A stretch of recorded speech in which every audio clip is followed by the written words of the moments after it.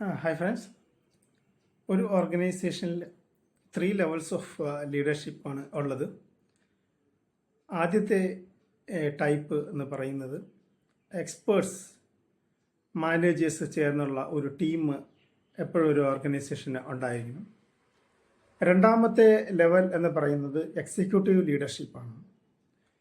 അതിൽ വരുന്നതാണ് CXO, chief executive officer, chief operating officer, chief marketing officer, അങ്ങനെ വരുന്ന രണ്ടാമത്തെ ലെവൽ.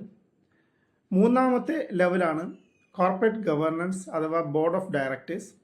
അതിൻ്റെ അകത്ത് വരുന്നതാണ് directors, independent director, executive director, woman director, അങ്ങനെ ഡിഫറെൻറ്റ് ടൈപ്സ് ഓഫ് ഡയറക്ടേഴ്സും ചെയർമാനും വരുന്നത് ബോർഡ് ഓഫ് ഡയറക്ടേഴ്സിലാണ്.